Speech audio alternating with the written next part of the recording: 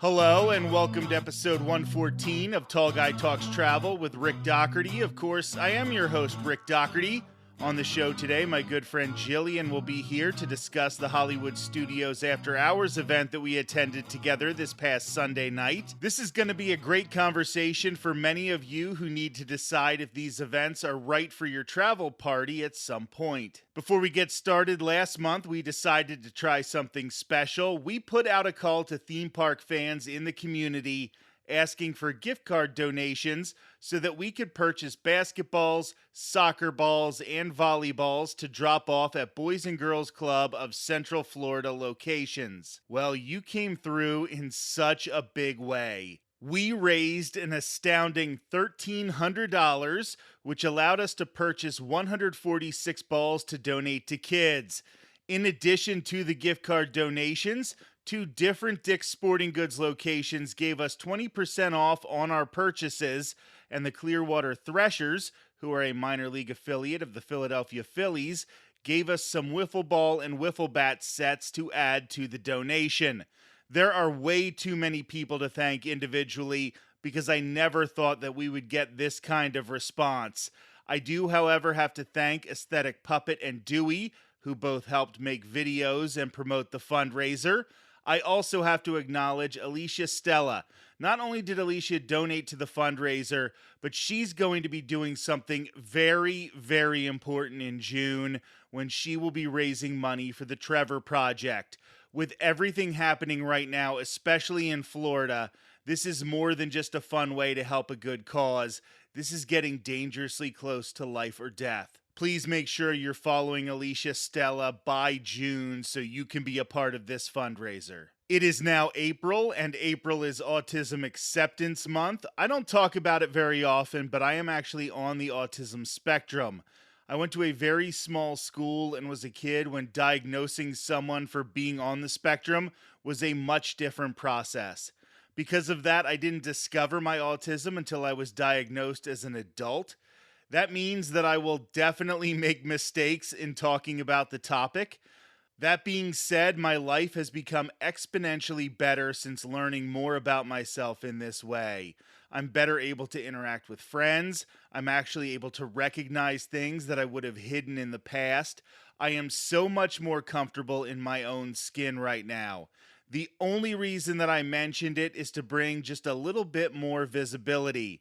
Maybe you weren't aware that you knew someone on the autism spectrum. Well, now you know someone. More importantly, if you were afraid of a diagnosis due to any stigmas you've noticed in society, I can assure you that I have not found one person in my life who wasn't completely understanding and accepting when they learned of my diagnosis.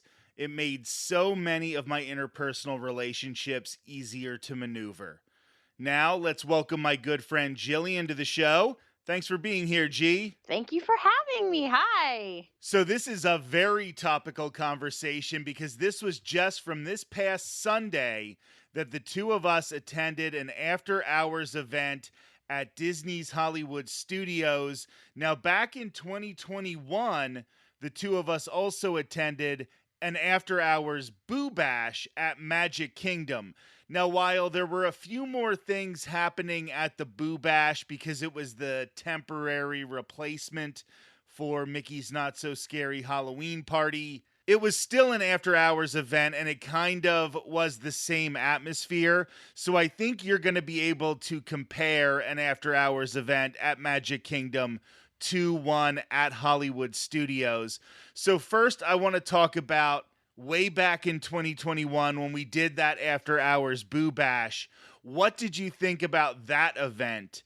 And was that one of the things that made you decide to try a Hollywood Studios after hours event? Well, I did the Boo Bash because I had never gotten to do Mickey's Not So Scary. So I was super excited to see all the seasonal offerings, like the parade and stuff that they had at that event. Of course, there's not going to be anything like that for a regular after hours event.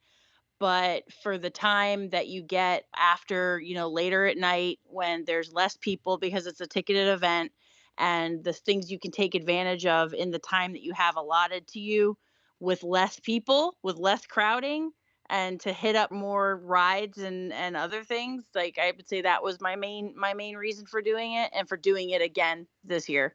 So these events don't start until later in the evening, but you can get in with your event ticket at 7 o'clock. And Jillian and I got to the Hollywood Studios parking lot early, and we just kind of sat in the car till about 6:30 because we knew we were early and we didn't make theme park reservations or anything like that. So we knew we were going to have to wait until they let people in for the party. But by the time we got up to the entrance at about 6:40, 6:45, they were already letting people in for the party.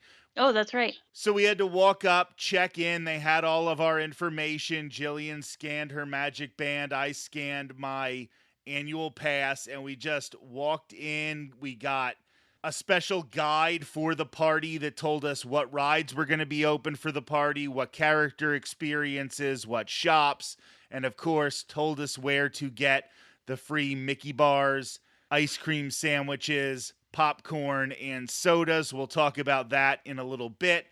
But if you're not an annual pass holder and you're thinking about doing one of these events, I want to let you know that you can get in before the event. So you do have a couple hours of regular park time to go along with this after hours event. So if you are doing it as part of a Walt Disney World vacation, my suggestion would be to not do a park day earlier in the day.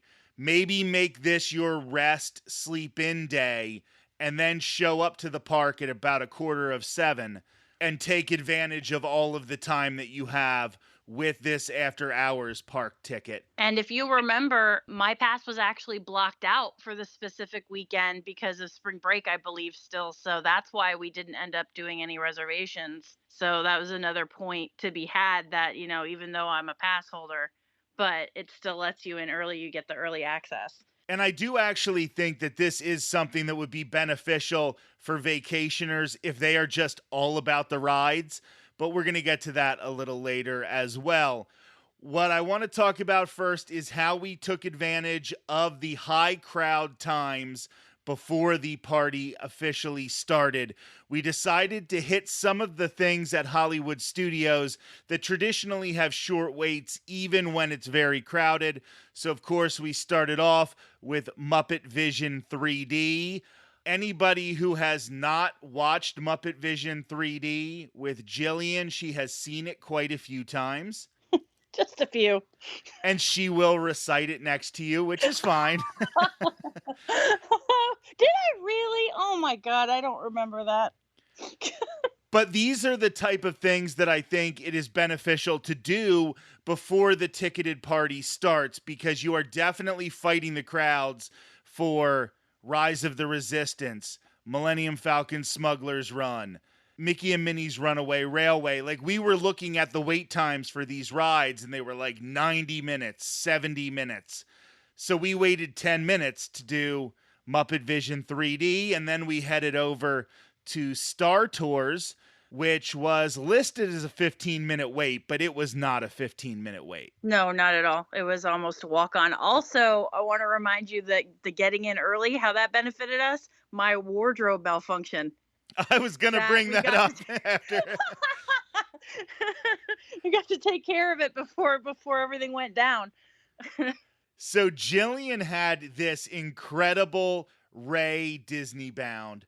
I would say it was basically Ray adjacent. Pretty much. Yeah. And we were all psyched to get these pictures on Star Wars Galaxy's Edge, and we'll talk about that later as well. Like, I don't want to keep teasing till later. But when we were coming out of Muppet Vision 3D, her shoes exploded. So we had to find cast members. We found Blue Tent Guest Relations cast members, and they actually had green masking tape, which kind of fit the space vibe that you were going for with the outfit. Great accessory. And there we were, right in front of Baseline Tap House, and I was taping your shoes together so that you could continue to have this Disney bound, which We'll get to those pictures in a bit, but they came out really, really well. So we'll talk Yeah, they about did. that later.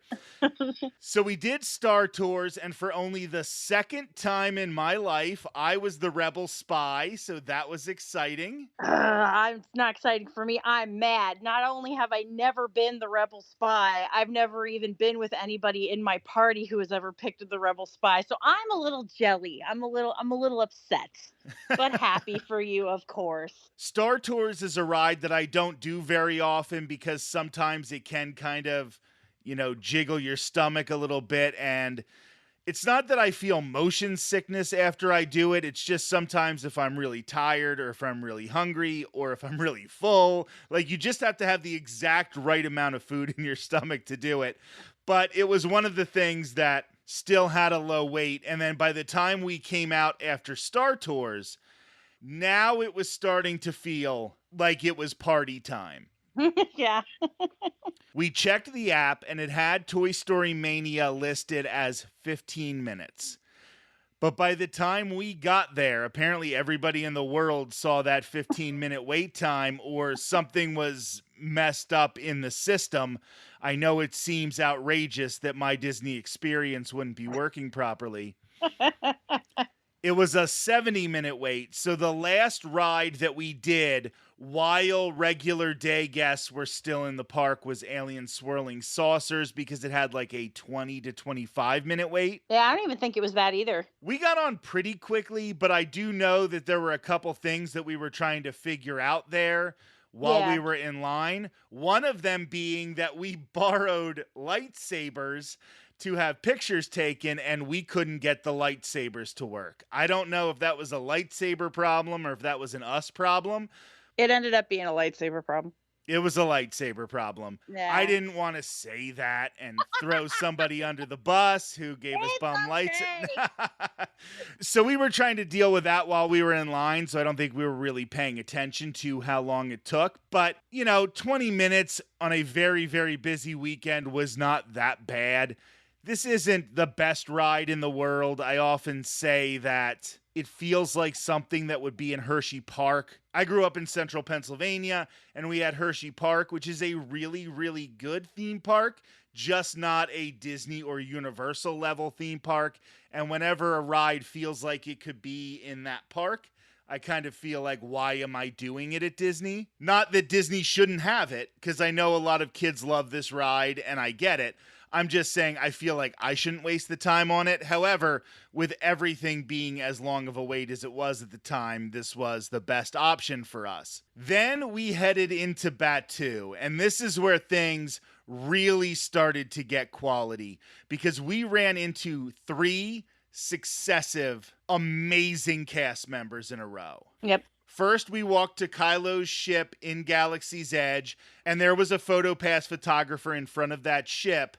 And she was so disappointed that our lightsabers didn't work. She was more upset than we were about the lightsabers not working. Yeah, because we were trying not to let that, or I was trying not to let that ruin my night. So already you had busted lightsaber and busted shoes, but you were trying to fight through it here. Yeah. And she was just incredible. Like, she took a lot of time taking pictures of us. Jillian did a mini photo shoot. Then we did a mini photo shoot together. And then I stayed and got some pictures taken by myself.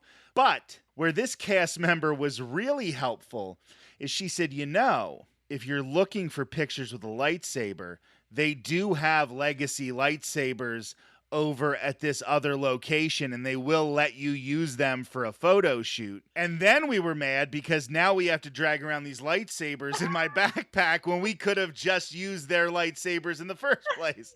Yeah, but we ran down to that next PhotoPass shoot.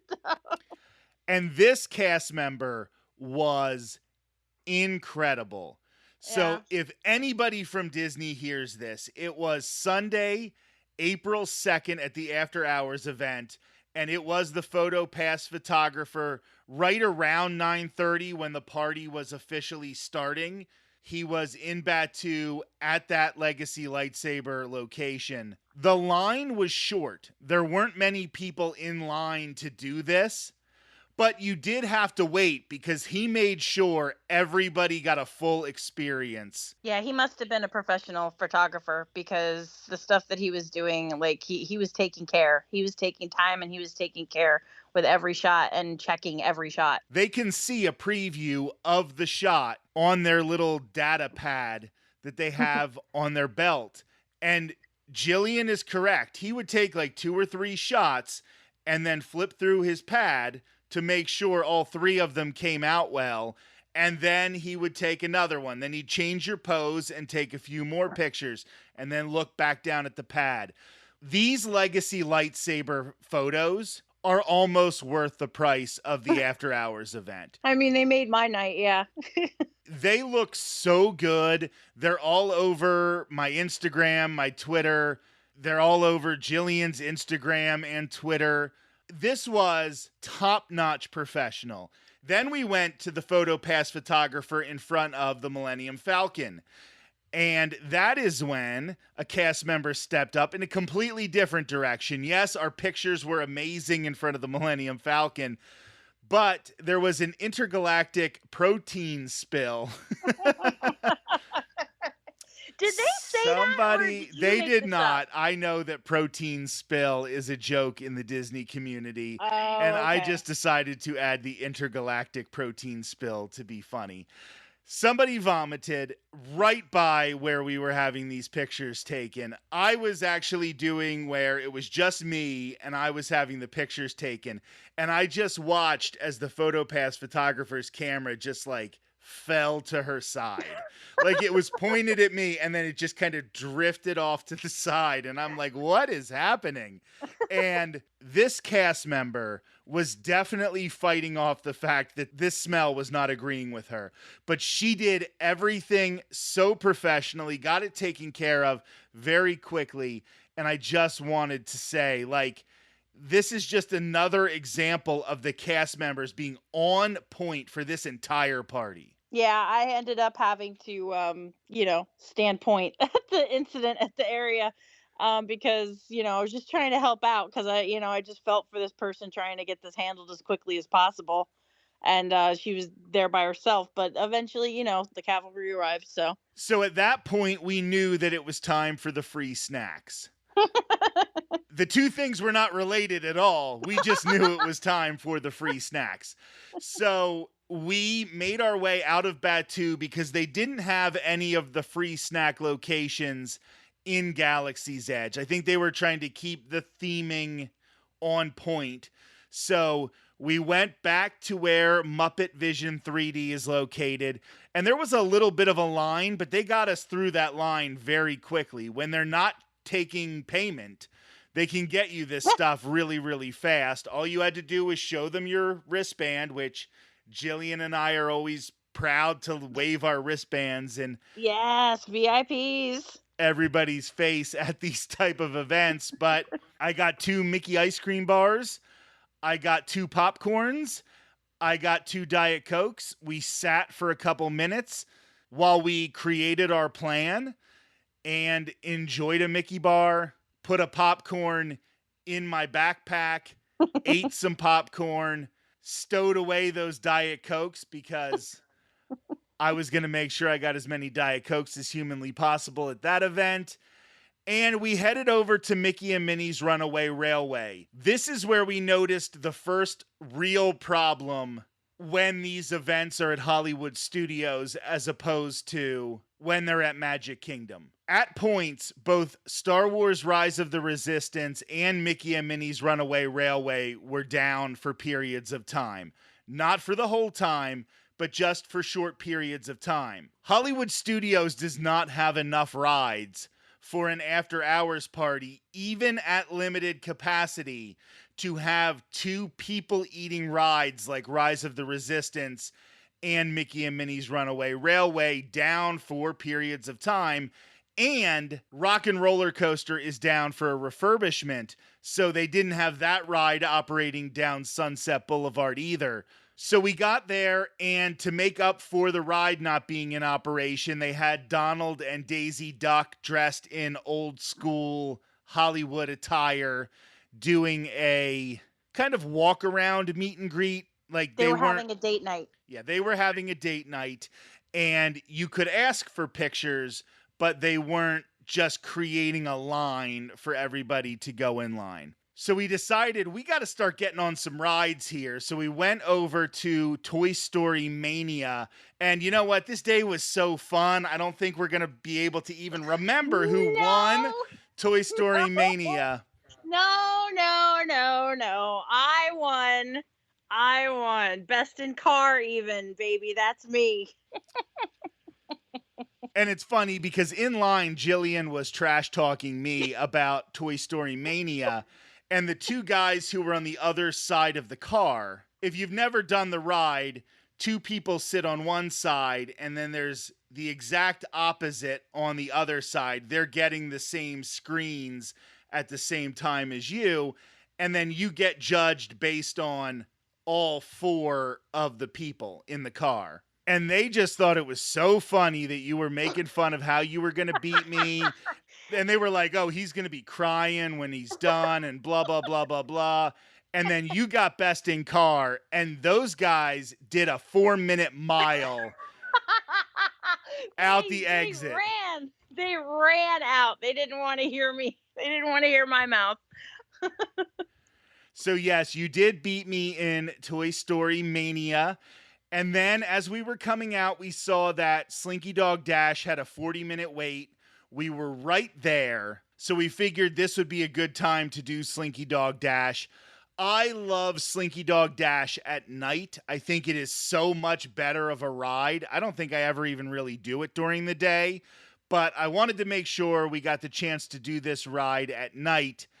But I'm going to say, and I think this is going to come up a few more times in this conversation, for the amount of money that you pay for an after-hours event, I think 40 minutes is too long of a wait time. Yeah. So it's one of the problems with doing this at Hollywood Studios as opposed to doing it at Magic Kingdom.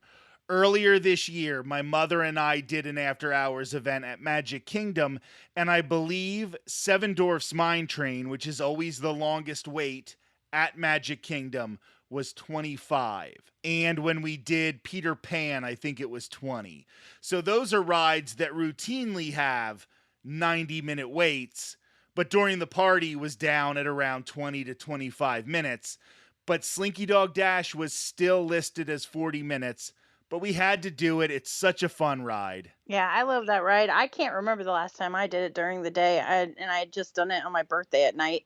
I was totally up for another Slinky Dog Dash. Although for some reason, Jillian never gets her PhotoPass ride pictures. Like she just bought a brand new Magic Band Plus. Yeah.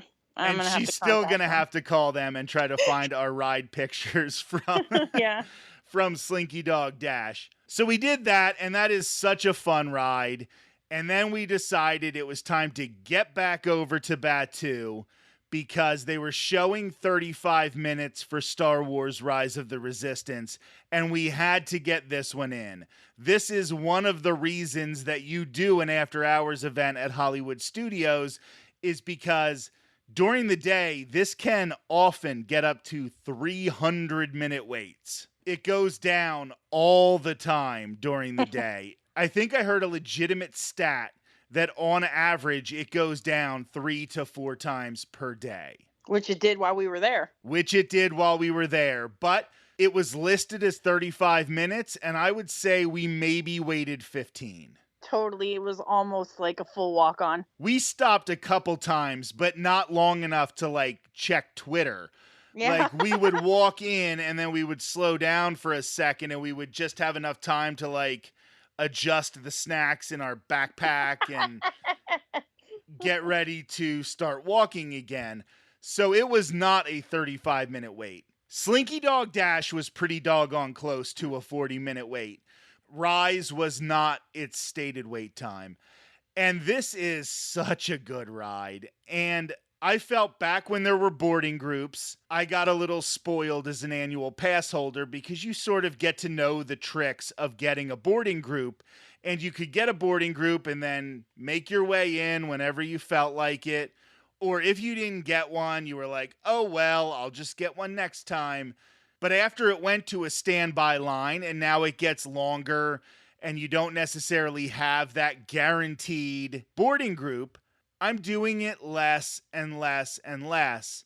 So having an event like this just reminded me, like, this is a doggone good ride, and I absolutely love it. Every time I do it, I am just amazed that we have access to this ride at Hollywood Studios. I kind of got the same reminder because I realized Sunday night I don't spend enough time in this park, period. And when I do, I never spend enough time on this side of the park with Batu or Toy Story Land. I always end up on the Sunset Strip side. It was priceless for me to get this experience because I still think I've ridden this ride under 5 times total. I think this might be the fourth or fifth time I've ever done Rise to begin with. So to get this almost walk-on experience for me was totally worth it for me. And it was working well. Like, there's a point where Kylo Ren confronts you, and sometimes the Kylo Ren animatronic isn't working. So there's a B mode where you see something on a screen, but we got the full experience. I was so excited about that. We just came off this ride feeling like $1,000,000. And then we walked through Batuu, and by this point of the night, nobody was there. Yeah, and on top of that, I forgot to mention earlier, I've never been to Batu at night. Like I'm always walking out of this park like at sundown, and I always forget to get over there at night. So that's another reason why I'm glad we got the pictures we got, and that I got to spend this extra time with not wall to wall people throughout the entire land to see everything and just sit and like be. And it was just really pretty. It's a beautiful spot. That was one of the problems with the way they used to do the virtual queue for Star Wars Rise of the Resistance. There was a point where you had to be in the park in the morning to make a boarding group for Star Wars Rise of the Resistance, which meant everybody on Walt Disney World property who was going to that park that day was getting there for rope drop in the morning. So Hollywood Studios became the park that you did first thing in the day, and then you left. If you were park hopping, you went to another park. Most of the time you would park hop and go over to Epcot, because Epcot is definitely a park that people like to do at night. But it was rare for people to spend a whole lot of time in Star Wars Galaxy's Edge at night. And it's my favorite land at night. I know there will always be the debate about what's better at night, Pandora, The World of Avatar, or Star Wars Galaxy's Edge, but this one's my favorite. I love Galaxy's Edge at night. And I know another thing that does keep people away from Galaxy's Edge when it's dark is that they head over to Fantasmic, especially since that show started back in November of last year. It's still new, it's updated. Jillian, who's a big Pocahontas fan, has some serious thoughts on it, but we're not going to get into those today. They drastically reduced the Pocahontas segment of Fantasmic, but we're not talking about that tonight. We're not talking about it. So we thought we would try then to head over to Slinky Dog Dash. It was only listed as a 20-minute wait at this point, and try to ride it quickly one last time before the party ended, but they had stopped letting people onto the ride, even though the party had not finished yet. That's not really a Disney thing.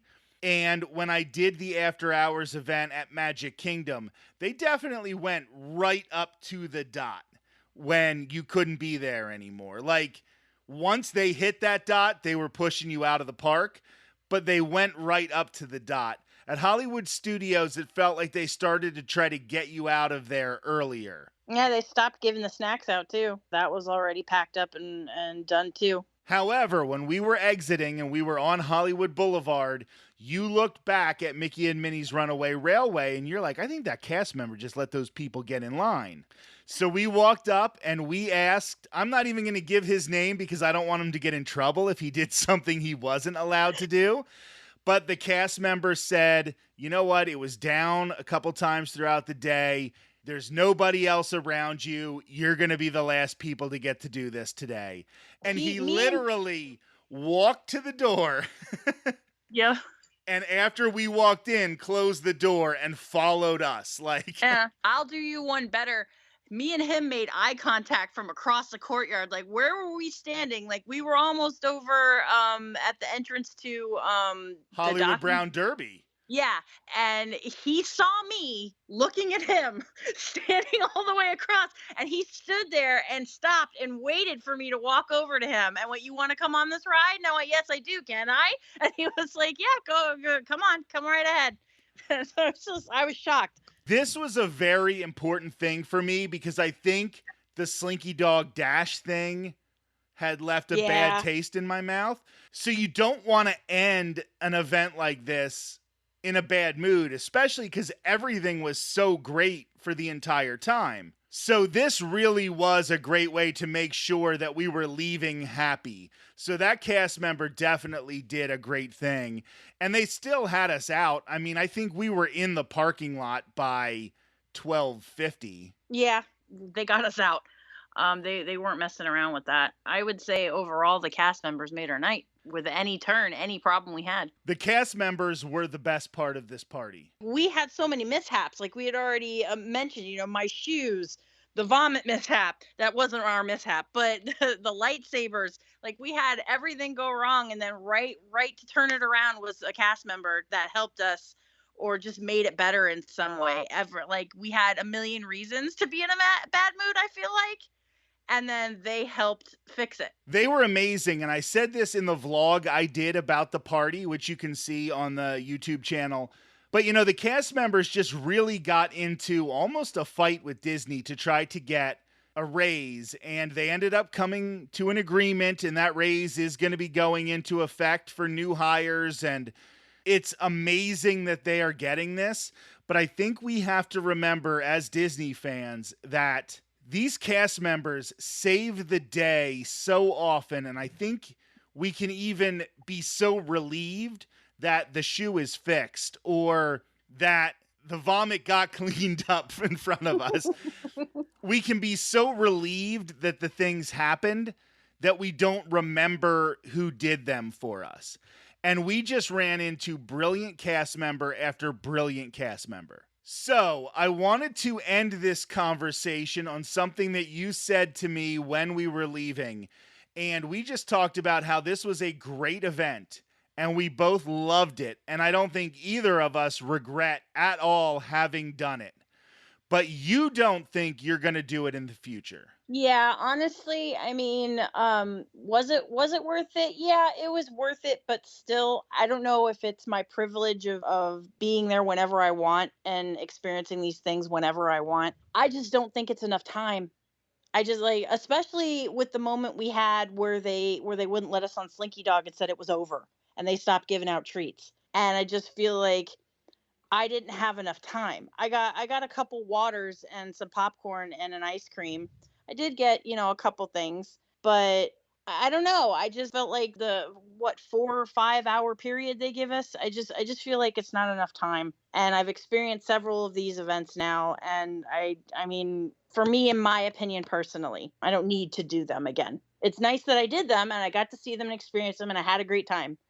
But I don't need to experience them again. Now, last year, for the first time, you experienced a Mickey's Not So Scary Halloween party, which does not have limited crowds, but it does have extra parades and fireworks and some of these other things.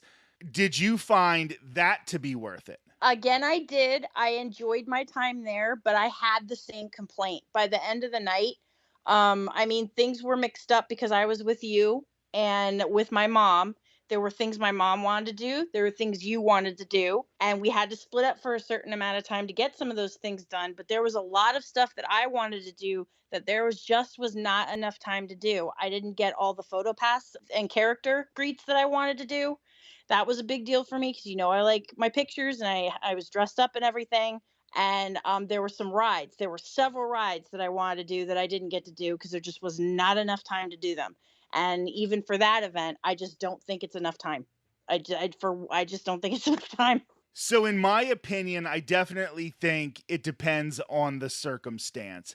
Like I will always do one of these with somebody like Jillian. Like if I'm going with a friend, I will absolutely, bang out all these rides, have a great time, laughing, having photo pass pictures taken, doing all that kind of stuff with a friend or, with my wife Courtney or with my mother. Like, those are the times that I like to do in after hours. As somebody who goes to the parks a lot by himself, I don't think I would really get a whole lot out of this doing it by myself, because I would just be hitting ride after ride after ride and probably trying to see how many Diet Cokes I could fit into my bag without having my back break. Like, I think that the people who are with you make the after hours events or break the after hours events. And the cast members definitely made this one as well. But I don't think this is something that you do if your experience and what you want to get out of it is just hitting as many rides as you want. And I'm talking about Hollywood Studios, Yeah. because you still hit those lines. You still get 40 minutes for Slinky Dog Dash. You still get 35 minutes for Rise of the Resistance. And if one of those rides is down for the whole party, you're not getting a refund. So I don't necessarily think it's worth it for Hollywood Studios, even though I'm glad I did one there. But I will still do them at Magic Kingdom because I do feel that they're worth it there. Even though there's less time, I do feel like there are so many rides that they spread out the limited crowd. So almost everything is a walk-on at that point. Plus, in that time between 7 o'clock and the start of the party, now you have Happily Ever After if you want to watch that.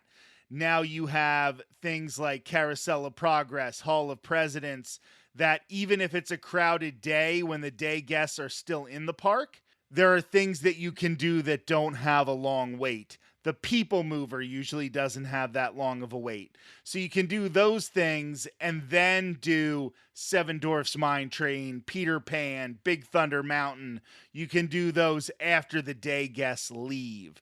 I do like the value of this at Magic Kingdom, but I don't think I do at Hollywood Studios. I know they used to do them at Animal Kingdom. If they ever bring them back at Animal Kingdom, I will try one, but I think Animal Kingdom is going to have the same problem as Hollywood Studios. I didn't think about what you said, and that's right. This isn't an event I would do by myself. So I would much rather, like I did with you, I would much rather enjoy this, with a friend or family member. Well, I am a delight. Speaking of people being a delight, Jillian, thank you so much for being back on the show. I think we gave a very thorough review of the After Hours event at Disney's Hollywood Studios. Thanks for being here. Thank you, bestie. You can catch a full vlog from the After Hours event at Disney's Hollywood Studios on the Tall Guy Talks Travel with Rick Doherty YouTube channel. Please make sure that you subscribe while you're there. I have a Run Disney race on the horizon. I'll be at Disney's Animal Kingdom for the park's 25th anniversary. I'm going to visit a number of ballparks here in Florida this spring and summer, and I will have a ton more theme park content over the next few months. This has been episode 114 of Tall Guy Talks Travel with Rick Doherty. I will be back next week with my other great friend, Sarah Says. The two of us are going to talk about what might be my favorite thing in all of Walt Disney World, Epcot's World Showcase. You won't want to miss that chat next Thursday. Until then, have a great week.